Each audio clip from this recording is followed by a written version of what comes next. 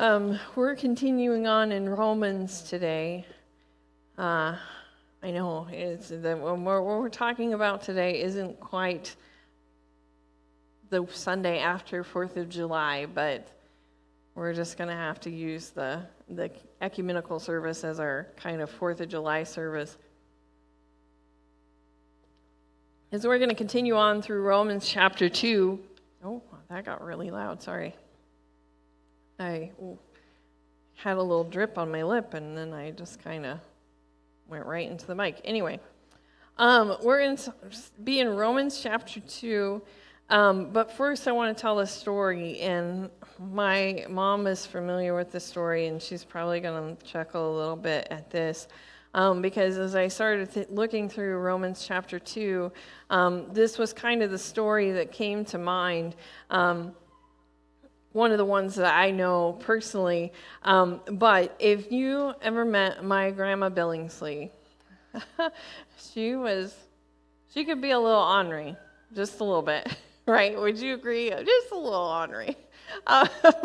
And so I heard this one story. I always say that we're from the Vikings, so sometimes we kind of have our own mindset on things, and that was my grandma Billingsley. And so I remember this story from her childhood that her dad had told her, don't go out the gate. Don't go out the gate. He ultimately didn't want her out of the yard, right? He didn't want her out of the fenced-in area. And so my grandma, being who she is and going, I'm going to do what it is that I want to do, but I'm going to fall in the lines of these rules, she did not go out the gate. My grandma Billingsley climbed the tree and then went over the fence. And so when her father was like, I told you not to go out the fence, she said, no, you told me not to go out the gate, and I didn't go out the gate. I went over the fence, I climbed up the tree and went over the fence. And so to me, as I was thinking about this sermon, because it's Romans 2, Paul's kind of telling them, you kind of missed the point if this is what you think. And when I think about missing the point, I think about that story, because Grandma didn't necessarily. She missed the point of he just didn't want her out of the yard, the fenced-in area. It wasn't necessarily that he didn't want her to use the gate. It was more so he didn't want her out. But I understand. We've had a couple stories with our kids, too, that they've kind of missed the point of what it is that we're saying. But I thought about that. I thought about that story this week as I was reading through what Paul's saying in Romans chapter 2 and kind of coming up, not necessarily coming up against the Jewish in the church in Rome, but just kind of going, if this is what you're hanging your hat on, then you've kind of missed the point of the gospel message. And so that's kind of what the reason why I tell this story. And so that if you ever go, well, Marcy's got a little bit of orneriness in her, I get it honest, right? I probably was also one of those kids that if my dad would have told, actually, I just outright, my dad one time told me, you're not going to Grandma's house. And I went, oh, I am. I was, 5 at that point in time? So I get that honest. I feel like that's just kind of us. But anyway, before we get into Romans, like chapter 2, our verse and stuff like that, I kind of want to just remind us of this, I call it the framework that we set last week. It was kind of as Paul's going through and defining some things for us. I want to make sure that we understand this definition because it's going to come up in the rest of the letter. And so last week we talked about the righteousness of God, God continuing on with his original goal of being in community with humanity. We talked about how from the beginning God wanted to commune with his creation, right, with human beings.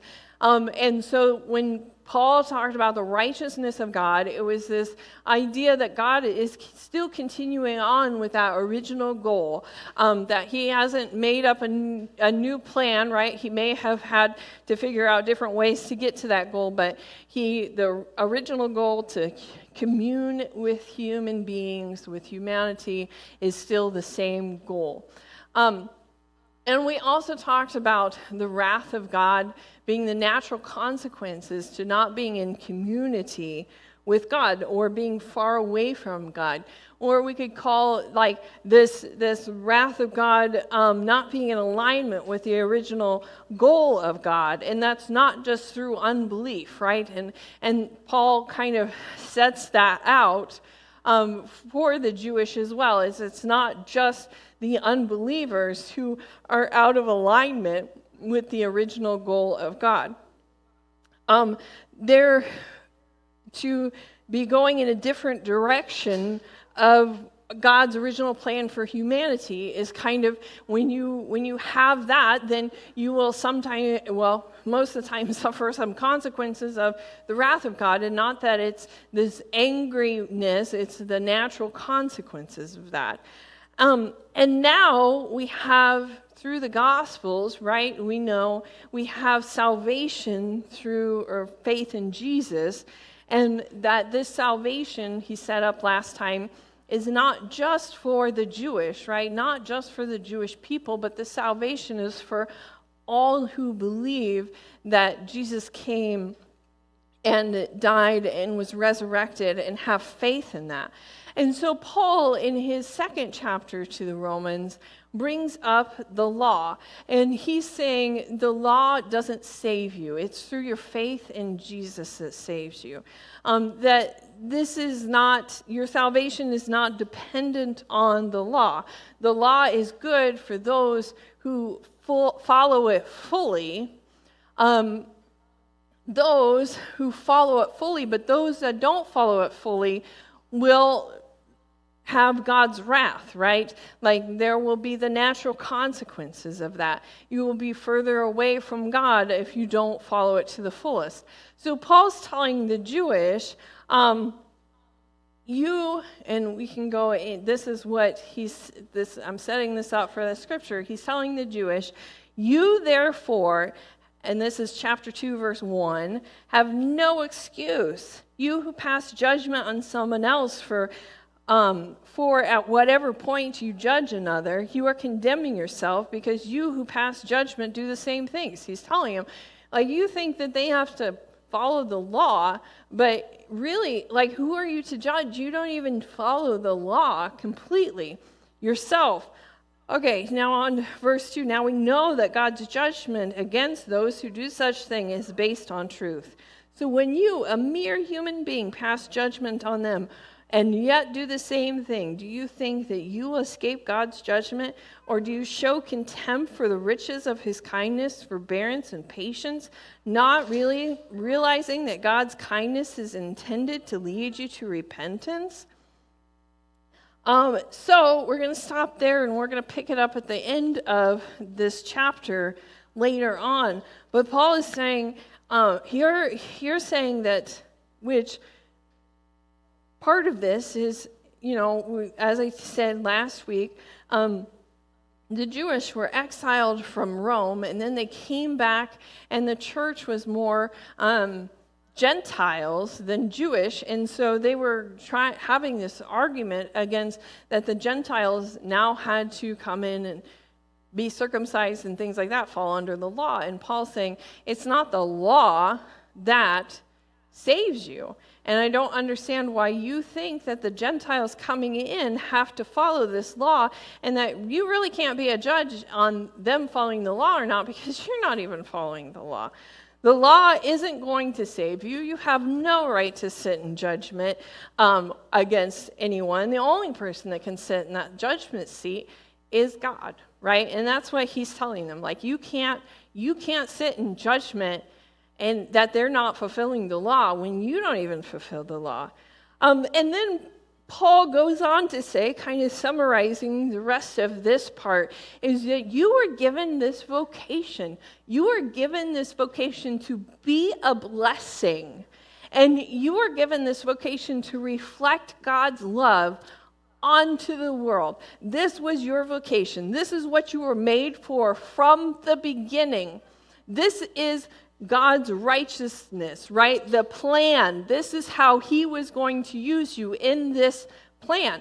And you have not fulfilled that vocation. You have been called to be a guide for the blind, a light for those that are in the dark, an instructor for the foolish. You were given this vocation because you were God's people. You were given the law so that you can continue on in this vocation, so that you could have this relationship with God. The purpose of the law should have been revealed to you through the law. You weren't able to fulfill it, right? And you weren't able to fulfill it. And you weren't able to stay on your path of vocation that you were called to. And you can't judge others, the Gentiles, because of how they live, because you didn't even live and fulfill the expectations that God had for you. He gave you the law. He let you know what your vocation was. So how can you judge that other people aren't on the path, aren't in the right in their vocation, if you don't even know? Paul is saying in a roundabout way, you've known your vocation from the beginning. You've known what it was that you were created for. And you actually stand in more judgment than the Gentiles because you were given the law. You were given the knowledge beforehand of what your vocation was. You can't just say, well, I didn't even know. And so Paul's saying, you're sitting in judgment of these Gentiles, but yet you actually sit in more judgment with God, the only one that can sit on that judgment seat. Because you knew from the beginning. You knew from the beginning what it was that you were supposed to do. You can't judge them when you aren't even following what it is that you were supposed to.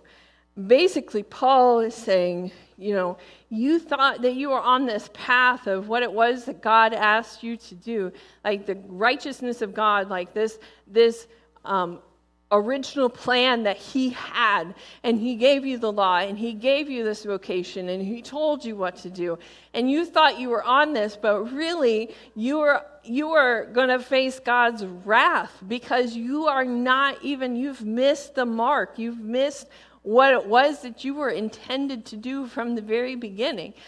You've missed the point of what the law and the vocation even was supposed to do. You've missed that point. You've climbed the tree and jumped the fence without going through the gate, right? Like, you've missed the point in this. You can't be judging if you don't keep the law or keep up with your vocation. You can't judge people for not fulfilling it if you can't even fulfill it. And then Paul goes on to say at the very end of this chapter, and this is kind of where we're going to dig in verse 29, because this is really where Paul is taking this argument to. He says, no person is a Jew who is one inwardly, and circumcision is circumcision by the heart, by the Spirit, not by the written code, such as a person's praise is not from other people, but from God. Paul says, it's not your law, it's not your circumcision that gets you salvation. It's a circumcision of the heart. There's a change within you, not just a physical change on the outside, not just this, like you've missed it. You missed the point of this. There has to be a change from within. The people of God, because that's what the Jewish were, right? The Israelites, the people of God. And at this point of time, we're in the age of the Spirit, right? So the Spirit's already come and it's fallen on the Jewish, it's fallen on the Gentile. We are now this new Israel that included the Jewish and the Gentile. And he says, really, the people of God are the people that have had this change and live this out by faith. The people of God aren't just the Jewish from the beginning, But we've now entered into this age where we have the Jewish and the Gentile. And it's really the people of God or the people who live this out by faith. You think, and he's talking to the Jewish, you think that the law is what brings you salvation. And if that's the point, if you think only circumcision, following the law to this extent is the only thing that offers you salvation, then you've missed the point.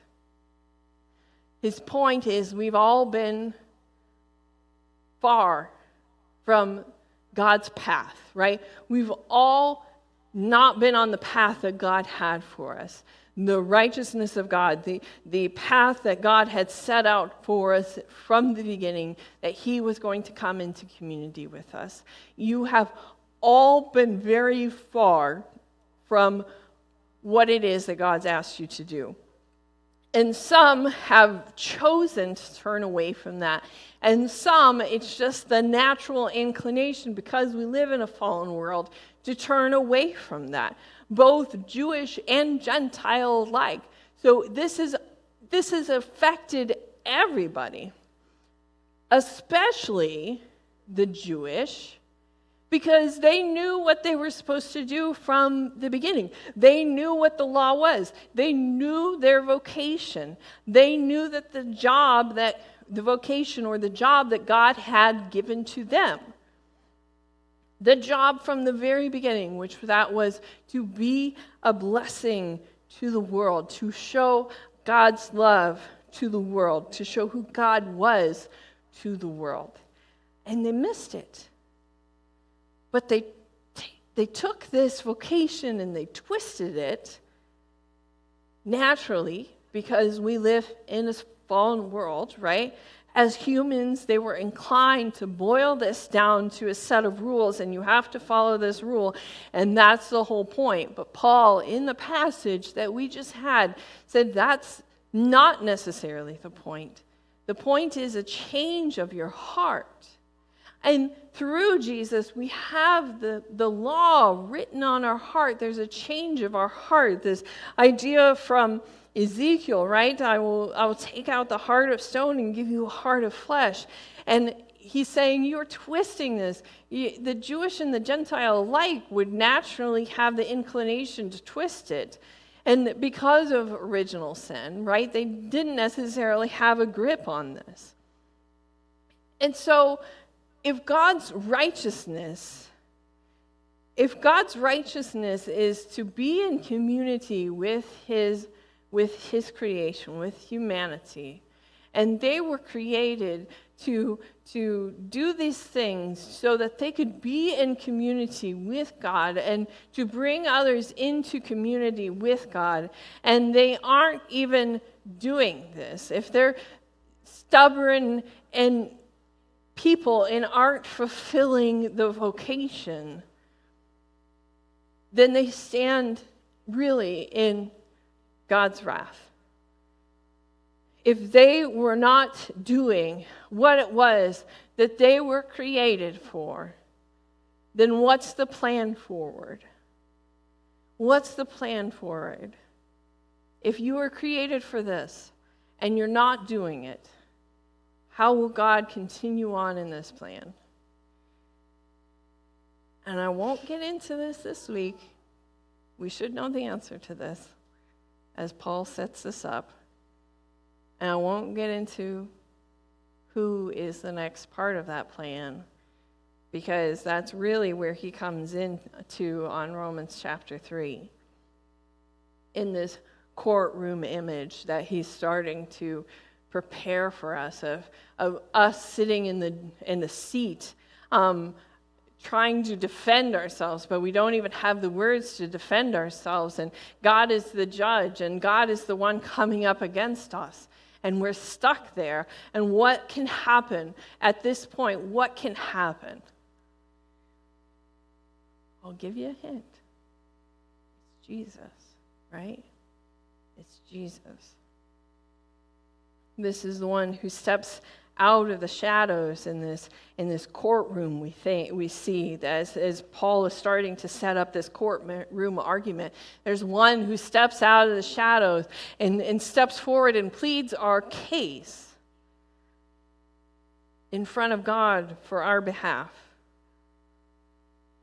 So really, in Romans chapter 2, Paul is saying we've all been held captive by sin. And we in the Church of the Nazarene, we talk about this original sin, right? Like it's the natural bend to not follow what it is that God's asked for us. But then there's these moments where we're cleansed of this, where it's not necessarily as strong of an inclination to go against what it is that God has asked for us. And this is what Paul is talking about when he's saying there's got to be an inward change. We've got to understand that it's not just rules and regulations in the law. Like, we've got to understand where we sat fully. Because we can't judge the Gentiles for not following the law if we can't even follow the law, right? We've got to have the right mindset. We've got to have a right attitude, because sometimes we've had to get those under control, right? The attitudes or mindsets. I know that, some people will say, well, I just have a negative mindset. Well, you can have victory over that, right? And you don't have to just have a negative mindset. You can have victory over that. You can that spirit of negativity doesn't have to continue to have a hold on you. And this is what Paul is saying in this. We have this option to have a cleansed heart, to have the circumcision of the heart. If there isn't a difference between the Jewish and Gentile. You can call yourself Jewish just because you have the outward sign of circumcision. But really, it's the circumcision of the heart that matters, that makes you part of God's people. It's a circumcision of the heart. It's that the law is put into your heart. To put this in modern day terms for us, we can assume that, we prayed a prayer and we know who God is, and we do the checklist, and that's really all I got to do to go to heaven, right? Like this is all just about, I want to be in heaven. And Paul would tell us, you've missed the point. You've missed the point. You have climbed up the tree and jumped over the gate, or jumped over the fence instead of going through the gate. Like, you've missed the point.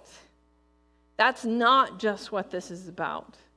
Now, there's a change that happens. If we want to be called the people of God, then we come into alignment with the vocation that God has for us.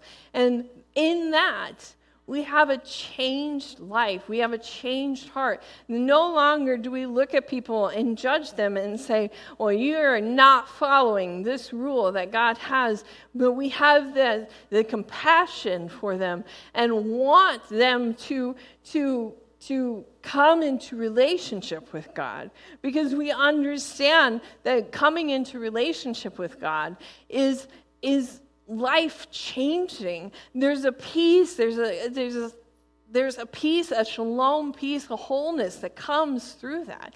And we don't just sit on our high chairs and say, well, I judge you because you have done this wrong. We wash feet, right? Like, we get on our hands and our knees and we wash feet and say, this is who God is, and I want to reflect him to you.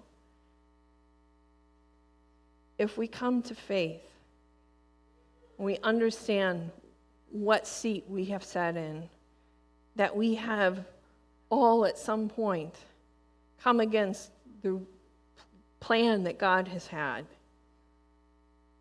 then we're considered people of God.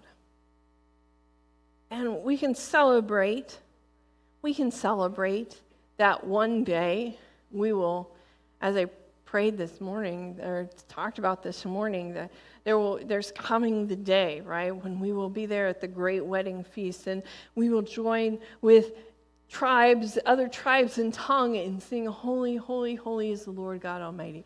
There's coming that day, and we can celebrate that. But we understand that there's a here and now, and there's a vocation that God calls us to in this here and now. And to be called people of God, there has to be a change within our hearts, and we have to step into that vocation. Paul would tell us, I would assume, it's not so fast. You just don't proclaim that you're a Christian and like that's it. It's a living this out.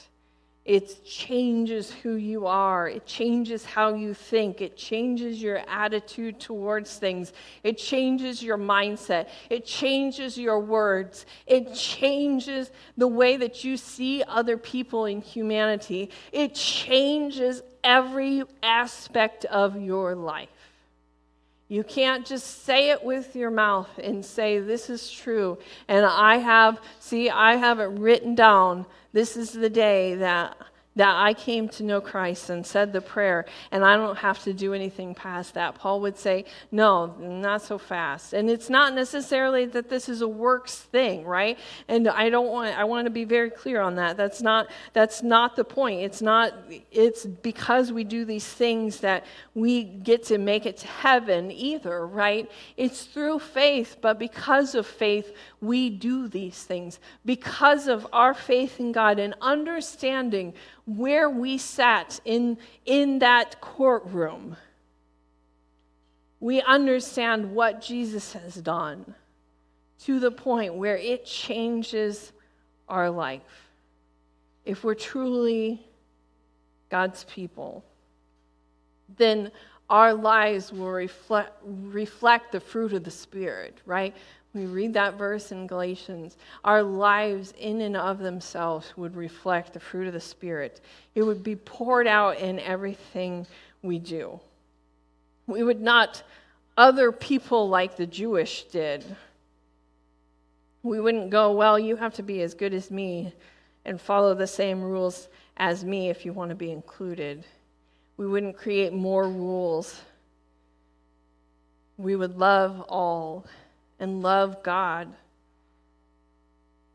We'd love all human beings to the point where people might think that you are a little crazy. And I'm not saying crazy in a bad way, right? But why do you love on people so much all the time?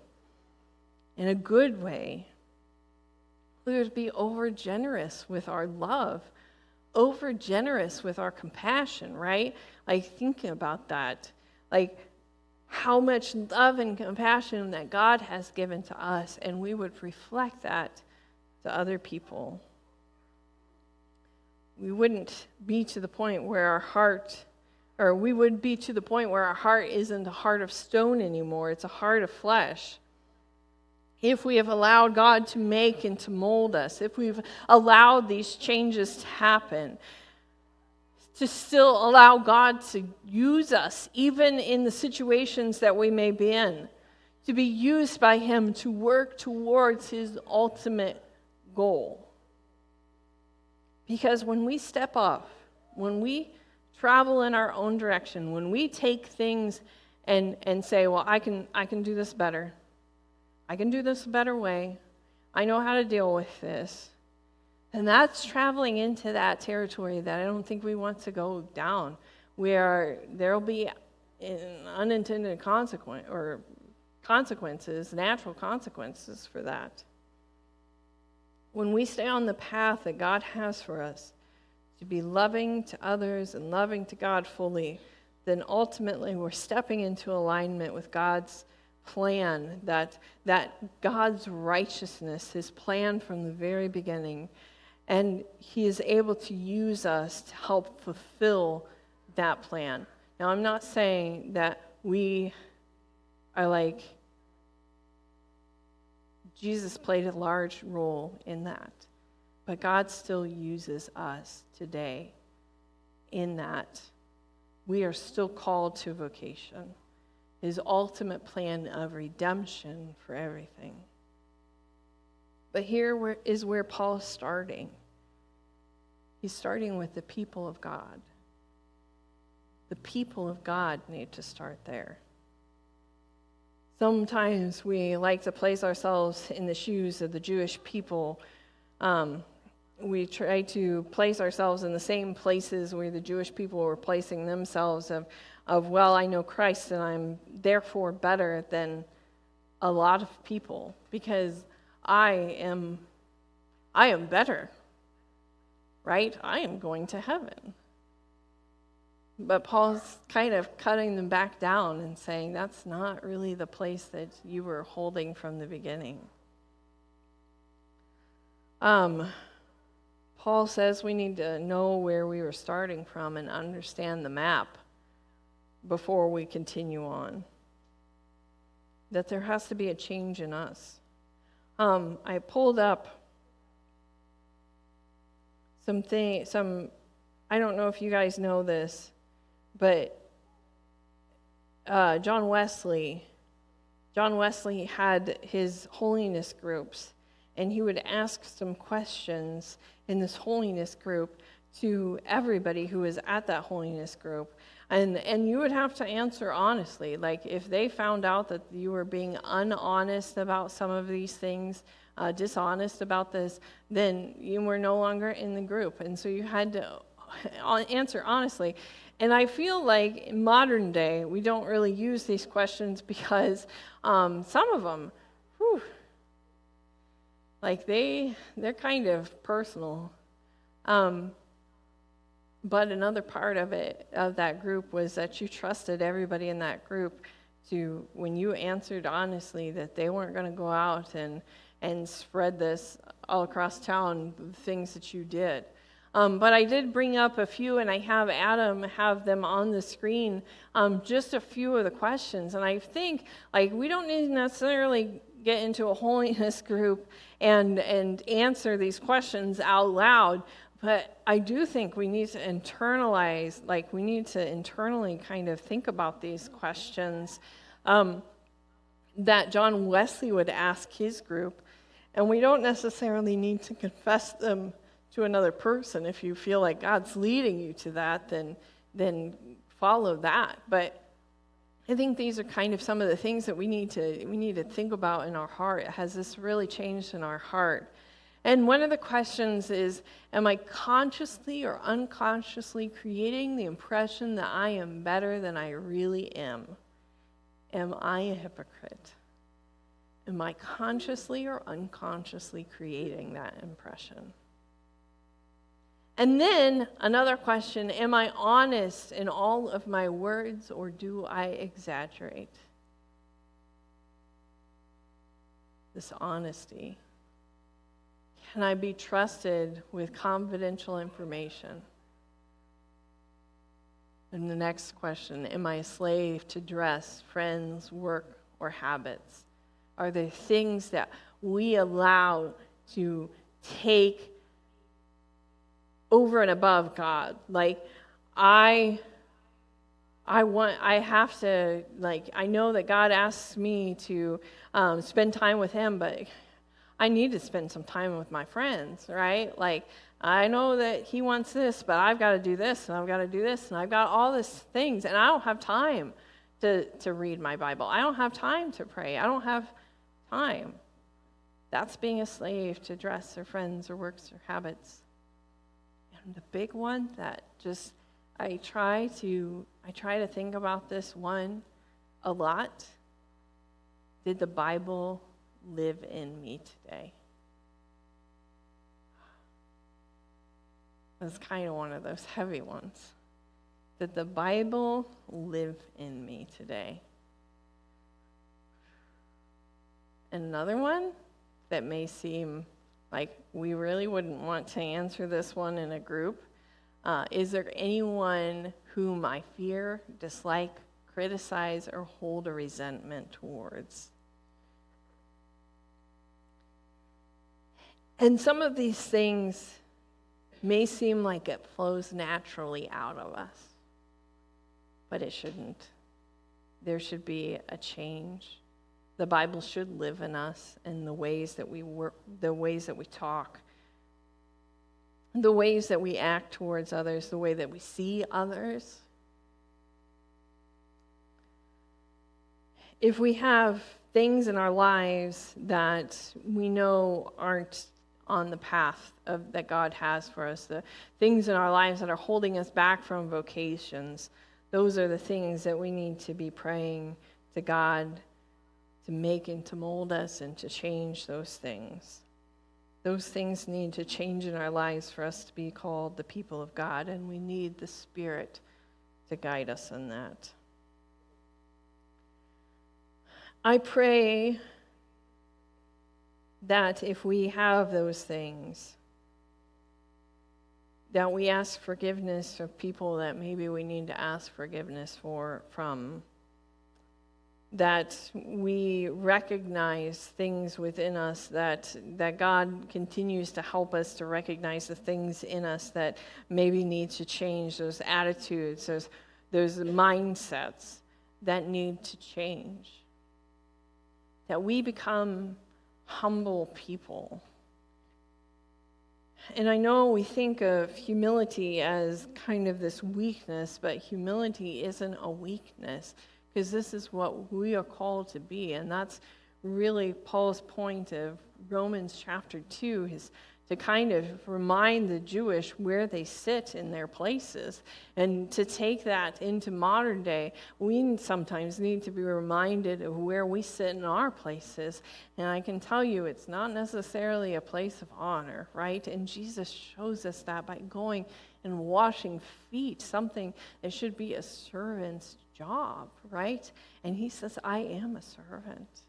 That is what I have come to be. And we need to have the humility to go, I will be a servant. I will fall into alignment with what it is that God's asked me to do. And I will give up my own desires and what I've wanted, because I desire more what God wants for me. I desire more this relationship with God and to see others come to him. And that's really where Paul's taking us in Romans chapter 2. And like I said, we'll talk about Jesus next week and how this all plays out in the gospel message in Romans chapter 3. So I encourage you to come back and keep coming back. And if you have something planned, watch it online, because Paul's this beauty that is in Romans, and it's far wider, and there's so much more that he's saying in Romans. It's just a beautiful letter. And so we are going to close out our service in song today.